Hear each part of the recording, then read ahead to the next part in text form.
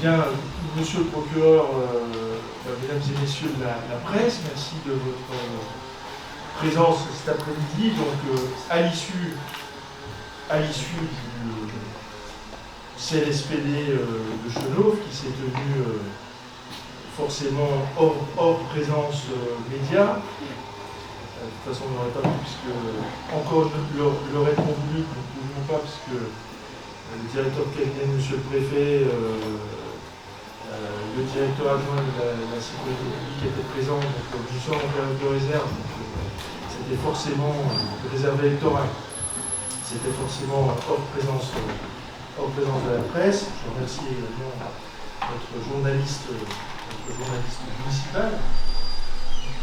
Voilà, je vais tout de suite donner la parole à monsieur le procureur. C'est un moment important que nous allons concrétiser ensemble cet après-midi, entre la justice, le ministère de la Justice, représenté ici par monsieur le procureur de la République, et la ville de Chenôve. Monsieur le procureur, je vous laisse présenter cette convention. Merci monsieur le maire, bonjour à toutes et à tous. J'ai déjà eu l'occasion de m'exprimer devant un certain nombre d'entre vous concernant la justice pénale de proximité. Il y a un an, le gouvernement, c'est une volonté commune du nouveau garde des Sceaux et du Premier ministre, le gouvernement a souhaité donner des moyens supplémentaires à la justice, en commençant par la justice pénale de proximité. C'est un des segments d'action de la justice et ça peut paraître ne pas être le segment principal.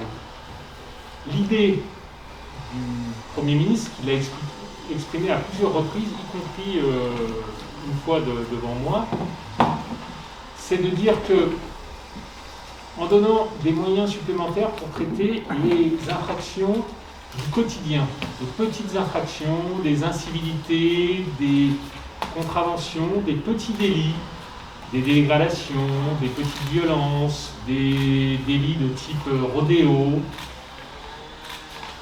pour traiter plus vite et mieux ces procédures qui ne l'étaient pas toujours très bien, puisqu'il nous arrive aussi de devoir nous concentrer sur beaucoup d'autres infractions.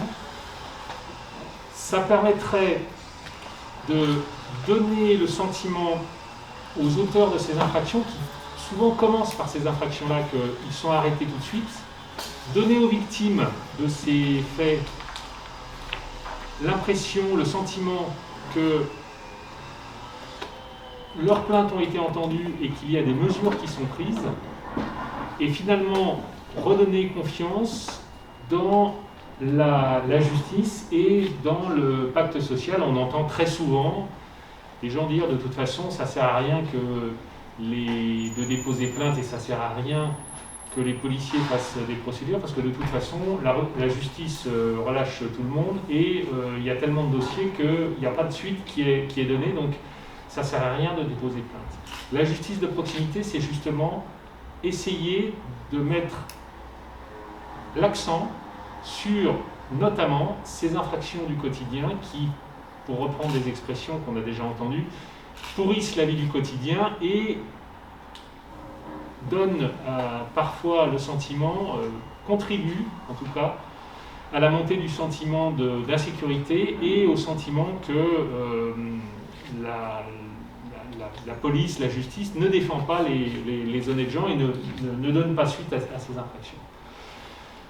Dans ce cadre-là, ce n'est pas un effort mince qui a été fait, puisque je donne juste l'exemple pour Dijon. Pour Dijon, j'ai pu, avec les projets que j'ai mis en place, que j'ai proposés, nous avons pu recruter pour le tribunal judiciaire 6 contractuels en plus, ce qui correspond à une augmentation de 4,5 ou 5% de l'effectif du nombre de fonctionnaires du tribunal. Donc on voit que c'est pas un effort à la marge, c'est vraiment quelque chose qu'on a senti. Dans le cadre de cette justice pénale de proximité, il y avait plein d'objectifs. J'en avais fixé 10. Je ne vais pas tous les redire ici, mais je souhaitais accélérer les procédures, le traitement de ces dossiers, avoir recours plus souvent à des travaux d'intérêt, des travaux non rémunérés plus exactement, c'est-à-dire que pour ce genre de délit ou de contravention, on puisse imposer à une personne qu'elle travaille gratuitement pendant un certain nombre de temps au profit d'une commune ou au profit d'une association, avoir une attention toute particulière aux victimes, par exemple. Et un des projets que je souhaitais mettre en œuvre, c'était ce qui est un peu paradoxal pour une justice qui déjà, nous nous plaignons souvent d'avoir beaucoup de dossiers à traiter. Mais là, l'idée, c'était de pouvoir judiciariser, faire venir devant notamment les délégués du procureur, des dossiers qui jusqu'à présent restaient non sanctionnés, non verbalisés et non sanctionnés. En utilisant non pas les ressources de la police nationale, parce que la police nationale, par exemple sur une ville comme Chenôve, elle se consacre actuellement, et vous en savez quelque chose parce qu'il y a sans arrêt des articles dans le journal, elle se consacre essentiellement à la lutte contre le trafic de stupéfiants, et ça c'est le haut du spectre de la délinquance. Donc l'idée c'était, en ne donnant pas du travail en plus à la police nationale, mais en utilisant les ressources de la police municipale pour permettre que la police municipale, lorsqu'elle fait un constat d'un certain nombre, ou qu'elle est informée d'un certain nombre de situations qui sont anormales, de faire des procédures, des constats, et que ces constats-là, on trouve un système pour pouvoir, lorsque, après analyse du parquet, on puisse éventuellement les orienter rapidement devant les délégués du procureur pour que les victimes soient éventuellement indemnisées, puisqu'il y a toujours cette dimension-là par les délégués du procureur, et que les auteurs puissent répondre de leurs actes, soit par un rappel à la loi, soit par un classement sous condition avec obligation de faire un certain nombre de choses, notamment d'indemniser les victimes, soit une composition pénale avec, par exemple, un travail non rémunéré. C'est un dispositif qui est assez innovant parce que nous sommes, je pense le savoir, enfin je le sais, nous sommes un certain nombre de procureurs à avoir réfléchi à cette question-là. Sur les 164 procureurs français, il y a une dizaine de parquets où cette idée-là a éventuellement germé et où il a fallu trouver, dans le respect de la procédure, un système pour permettre de mettre en place cette solution. Donc j'ai réfléchi, j'ai commencé à rédiger une convention avec un processus et je l'ai proposé dans le département un peu à titre expérimental. Et si ça fonctionne, on pourrait envisager de l'étendre à d'autres polices municipales et d'autres communes. Je sais qu'il y en a déjà qui sont intéressés. Je l'ai proposé à 2 communes, 2 maires et 2 polices municipales. Je l'ai proposé à la ville de Dijon et je l'ai proposé au maire de Chenôve. Les 2 ont accepté et aujourd'hui nous signons cette convention avec la mairie de Chenôve.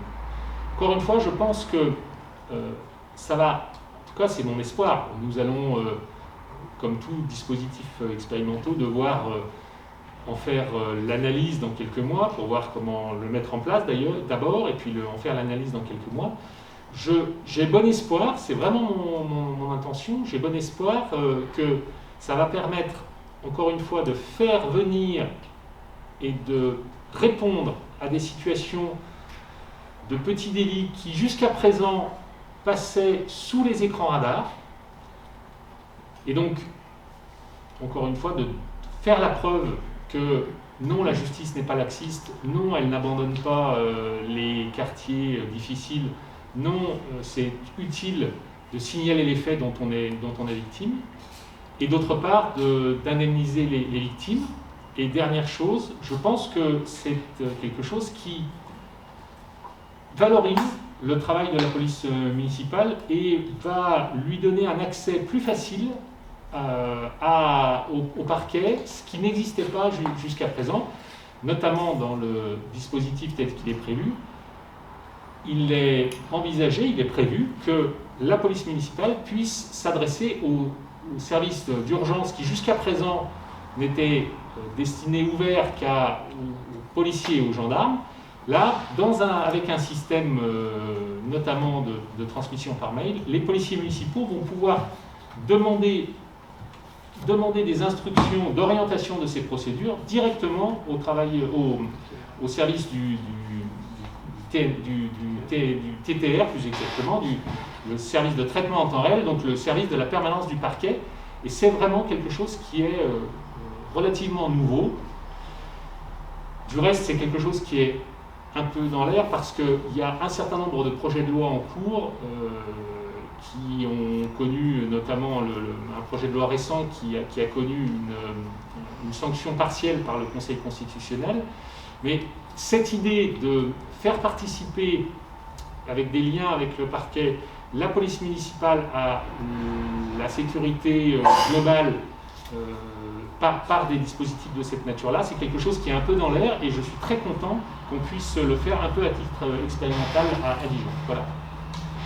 Monsieur le maire. Et à Chenot. Et à Chenot, pardonnez-moi. Merci, monsieur le procureur, de cette présentation. Et puis merci aussi d'avoir proposé à la municipalité de Chenot de passer cette convention avec vous, qui est une convention d'innovation et qui est une convention également convention expérimentale qui peut-être aura vocation à être étendue.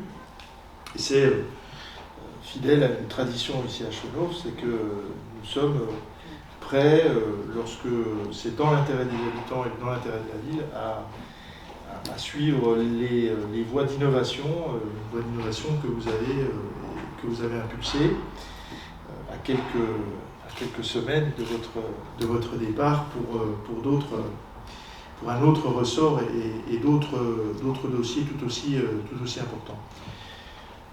Vous l'avez dit, monsieur le procureur, je pense que cette convention, elle correspond d'abord à un état d'esprit qui nous anime, un état d'esprit de coopération, d'échange, toujours respectueux des institutions que nous représentons, un échange exigeant et où il y a beaucoup d'écoute entre nous sur ce que les uns et les autres, ce que l'un et l'autre vivons, avec nos obligations, vos obligations de procureur de la République, et moi mes obligations de maire, obligations en direction de la population.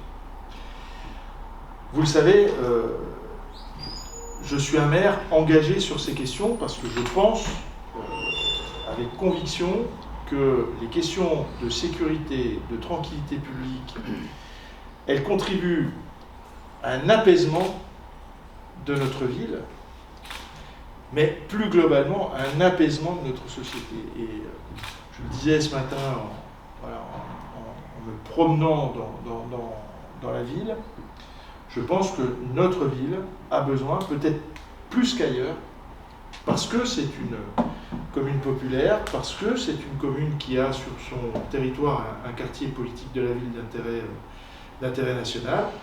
Je pense que peut-être plus qu'ailleurs, nous avons besoin de donner des signes d'apaisement.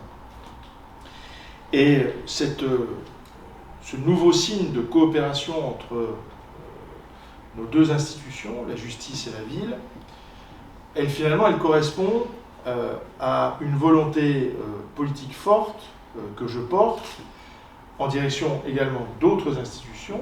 Nous avons revu dernièrement la convention de coordination entre la police nationale et la police municipale, qui a été travaillée, y compris qui a été regardée par vos services et par vous-même, parce qu'il y a quand même des implications judiciaire dans cette convention. C'est aussi tout le travail de renforcement de la tranquillité, du pôle tranquillité publique que nous menons à Chenôve. Et c'est, je l'espère très prochainement, c'est aussi la signature, comme cela a été fait avec mon collègue et ami François Rebsamen à Dijon, d'un contrat de sécurité globale, de sécurité intégrée entre l'État et la ville de Chenôve, même si, je le dis en direction des journalistes, normalement, la ville de Chenôve n'est pas concernée par un tel contrat, parce que nous sommes très en dessous des effectifs nécessaires de police municipale pour pouvoir y prétendre. Néanmoins, parce que la volonté est là, parce que le préfet, monsieur le préfet, sait aussi tout l'engagement qui est le mien, qui est celui de l'adjointe à la tranquillité publique, à la première adjointe, directeur de la tranquillité publique aux services municipaux et de la police municipale, eh bien, monsieur le préfet m'a proposé de travailler avec les services sur un contrat de sécurité intégré. Voilà, donc on travaille au quotidien avec la police nationale, avec la justice, avec la police municipale. Et cette convention va permettre, effectivement, le traitement plus rapide, plus prompt, d'un certain nombre d'infractions, de contraventions, de délits, dont le nombre est quand même assez conséquent, parce que quand on regarde la liste des infractions concernées, hein, on a des infractions qui vont de l'interdiction de fumer ou de vapoter, il faudra que je fasse attention à respecter cela, pour le vapotage, tapage, nuisance sonore, transport public, usage de stupéfiants, mendicité agressive, filouterie, injures, dégradation, destruction, rodéo motorisé et menaces. Donc,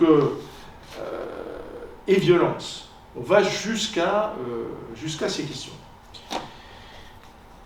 Voilà, donc moi je suis tout à fait satisfait que vous nous ayez fait cette proposition, que nous puissions signer ce texte qui est, j'allais dire, une pierre de plus dans l'édifice de tranquillité publique à Chenôve, et qui est surtout une nouvelle manifestation de notre volonté de peser fortement avec les institutions concernées sur ces questions, y compris en allant peut-être à la limite des compétences qui sont aujourd'hui celles d'un maire dans le domaine de la tranquillité et de la sécurité publique.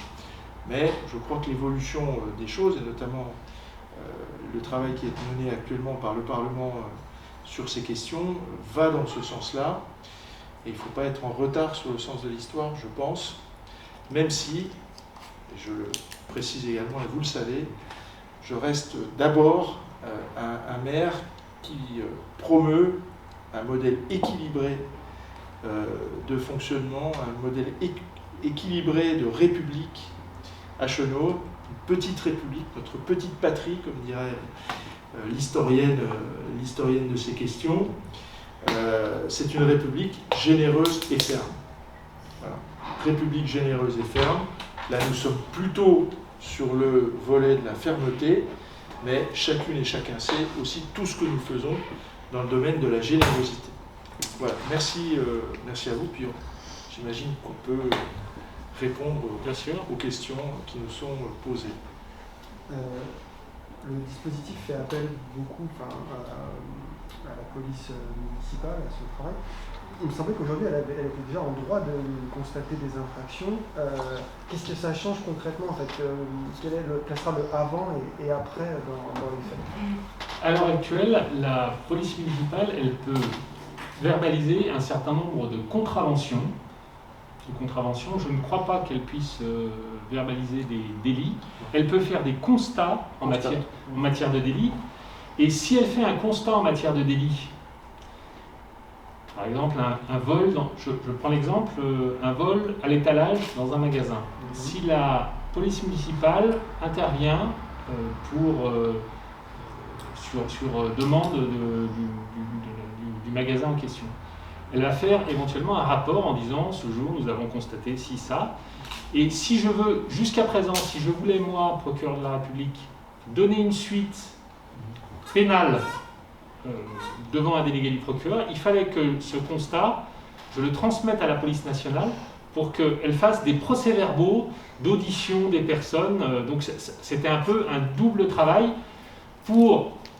Alors évidemment c'est très utile pour des délits importants, mais pour des petits délits, en fait ça ne se faisait pas parce que ça faisait double travail.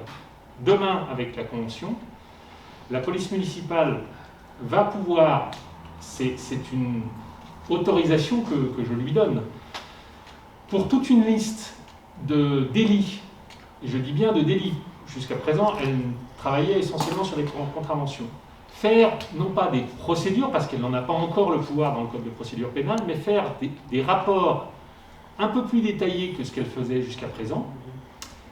Et ces rapports-là, moi, je vais leur donner une suite dans le cadre des alternatives aux poursuites. Je reprends mon exemple des vols à l'étalage. La police municipale est appelée au Lidl de Kennedy pour un vol à l'étalage. C'est chez vous. Oui, c'est voilà. ça. Elle fait, donc on lui dit, on a pris monsieur avec, voilà, il a reconnu les faits. La police municipale fait un constat. Ce constat-là, elle l'adresse à l'officier de police judiciaire qui ensuite va procéder à l'audition de la victime, de l'auteur. En la matière, demain, avec la convention, je propose une plainte simplifiée que la police municipale sera en mesure de donner au responsable du magasin. Elle me transmettra le dossier et ça passera plus par la police nationale. Et tout ça pourra se faire éventuellement, on a même prévu un circuit d'urgence, tout ça pourra se faire très rapidement, dans le jour même ou dans les jours qui suivent. Elle pourra transmettre son dossier au tribunal, comme si c'était au parquet, comme si c'était un dossier fait par la police nationale. Et alors moi je ne pourrais pas, dans ce cas-là, le poursuivre devant le tribunal correctionnel. Mais si je veux le convoquer devant un délégué du procureur, je le convoquerai directement à partir de ce dossier réalisé par la police municipale. C'est vraiment un changement important de philosophie, c'est assez innovant. Et c'est pour ça que je vous disais, je pense que ça va permettre de judiciariser des comportements qui jusqu'à présent ne l'étaient pas. Et dans cette liste, est-ce qu'il y a les rodéos? Oui, il y a les rodéos. Qui est vraiment très sensible ici. Il y a les rodéos. Là aussi, il faudra parce que certains rodéos méritent des poursuites, y compris en comparution immédiate, devant le tribunal. Donc le haut du spectre de ce genre de comportement, il continuera à être réalisé par la police nationale et il continuera à être traité de manière, j'espère, plus que ferme par le parquet. En revanche, des comportements qui sont pas trop graves ou par des personnes pas trop connues, on aura la possibilité de les sanctionner par une alternative aux poursuites dès les premières manifestations, avant que ça prenne une trop grande importance. Moi, j'espère beaucoup dans cet effet dissuasif du bas du spectre de la délinquance. À la fois pour les auteurs et à la fois pour les victimes qui verront que ça sert à quelque chose d'appeler la police municipale parce que derrière, il y a une suite, puisque le délégué du procureur, notamment s'il y a une victime, alors pas en matière de rodéo, mais s'il y a une victime pour une dégradation, par exemple, le délégué du procureur, une des premières choses que je lui demande de faire, c'est de prendre contact avec la victime pour lui expliquer que, contrairement à ce que souvent on pense, il y a eu une suite qui a été donnée par le procureur de la République et poser la question à la victime si elle souhaite demander une indemnisation. Est-ce qu'on peut dire que la police municipale va un peu soulager la police nationale, puisqu'ils vont faire pas mal de travail? Et est-ce que les effectifs de la police municipale risquent d'augmenter au prorata des interventions qu'ils vont être obligés de faire? Alors, moi aussi je voudrais réagir sur la question des rodéos. Vous le savez, hein, les rodéos, je vais répondre à votre question. Sur les rodéos, il y a effectivement le bas du spectre, qui est aujourd'hui traité régulièrement, et je salue le travail qui est fait à la fois par la police municipale et par l'officier du ministère public sur le plan contraventionnel.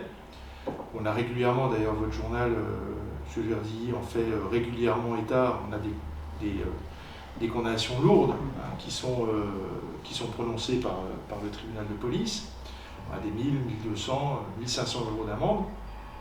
Donc ça c'est la première chose. Ensuite, et M. le procureur ne pourra pas aller dans mon sens, je le sais, puisque il s'agit de remettre en question peut-être une loi de la République, c'est la loi de 2018 sur les rodéos. J'ai été interrogé par la mission parlementaire chargée de faire l'évaluation de cette loi de 2018. D'ailleurs, j'avais fait partie des maires qui l'avaient demandé. Donc j'étais tout à fait satisfait de voir cette loi votée. La loi de 2018, elle dit quoi? Elle dit qu'il y a un certain nombre de comportements rodéo motorisés qui sont attentatoires à la vie d'autrui. C'est bien ça, monsieur le procureur. C'est mise en danger de la vie d'autrui. Et c'est sur ces questions-là où c'est très difficile d'instruire un dossier, une procédure qui tienne devant un tribunal, parce que l'objectif, c'est pas de faire travailler nos agents, qu'ils soient de la police municipale ou de la police nationale, sur des procédures, et de voir cette procédure retoquée, y compris par le parquet, parce que quand le parquet reçoit la plainte, cette plainte ou cette procédure est insuffisamment étayée. Donc là, ça va donner effectivement plus de possibilités d'action et plus de rapidité d'action sur cette question des rodéos qui, effectivement, vous avez raison de le dire, Nicolas, M. Lurdy, pardon, est une véritable plaie sur Chenôve. Ce qui m'amène à la question des moyens. Aujourd'hui, l'effectif de la police municipale de Chenôve est de 9 inscrits au tableau des effectifs. Enfin de 8 avec un recrutement qui devait être en cours, puisque j'ai décidé d'augmenter régulièrement l'effectif des policiers municipaux. Aujourd'hui, et ça n'est pas propre à Chenôve, c'est le cas à Dijon, c'est le cas à Longwy, c'est le cas d'ailleurs dans toute la France, on a plus de postes offerts par les collectivités qu'il n'y a de policiers municipaux formés. Voilà. Donc ce qui fait que nous sommes dans une très grande difficulté pour recruter des policiers municipaux. D'ailleurs, j'ai pris la décision de lancer une campagne promotionnelle prochainement, d'abord dans la presse locale, mais aussi dans la presse spécialisée, pour recruter les postes de policiers municipaux. On passe des conventions avec le lycée professionnel Antoine, il y a une filière sécurité, voilà. Donc on fait le travail de recrutement, on a recruté des ASVP. Donc si vous voulez, oui, il faut renforcer la police municipale de Chenôve avec cette difficulté qui est une difficulté qui n'est pas propre à Chenôve, mais qui est traversée par l'ensemble des collectivités, l'ensemble des villes, qui peinent à recruter des policiers municipaux. Policiers municipaux qui, finalement, ont, on va dire, un large choix de carrière. Donc ils regardent tout, hein, les policiers municipaux, quand ils viennent dans une commune, ils regardent le régime indemnitaire, ils regardent l'armement, ils regardent les conditions de travail, ils regardent le paiement des heures supplémentaires, ils disent, mais c'est tout à fait normal. Donc voilà, nous poursuivons notre travail de promotion de cette belle police municipale de Chenôve, en sachant qu'on est sur un CLSPD qui annonce une baisse de la délinquance à Chenôve de près de 4%, ce dont je me satisfais, qui sera peut-être un argument supplémentaire pour recruter des policiers municipaux dans une ville qui s'apaise. Et moi, j'en suis très heureux que cette ville s'apaise. Ensuite, il y a toujours les phénomènes dont on a parlé, les rodéos, et puis il y a le trafic de stupéfiants, voilà. Mais comme partout, comme dans d'autres quartiers de la métropole et comme dans d'autres communes de la métropole et de la France entière. Et si vous me permettez, monsieur le maire, juste pour répondre totalement à votre question, vous avez très bien compris, l'idée que j'ai avec cette convention, c'est de permettre de faire plus de réponses pénales, alors des réponses pénales dans le cadre d'alternatives, sans alourdir le travail de la police nationale, et donc en mettant à contribution les talents qui existent et les compétences qui existent au sein des polices municipales. Merci. Si vous en êtes d'accord, on va procéder à la signature parce que j'ai une réunion à 16h30, donc je suis déjà en retard. Alors bon, c'est une réunion interne, mais monsieur le procureur, nous pouvons y aller.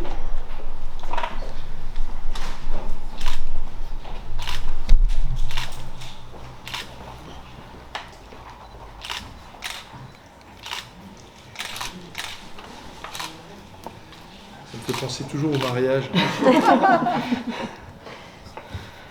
Sauf qu'on n'a pas le vin d'honneur à l'issue.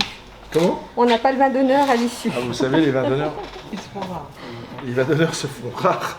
2022. D'ailleurs, je note que monsieur le procureur pousse le détail jusqu'à signer avec le stylo ville de Chevreau. Absolument. Voilà. On peut faire une photo debout, s'il vous plaît. Bien sûr.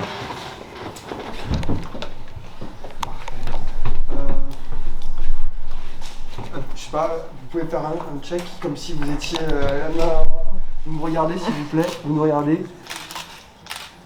D'avant mariage. Non, ça fait main dans la main, on peut plus. Merci à vous. Serrer la... Merci. Merci. Merci.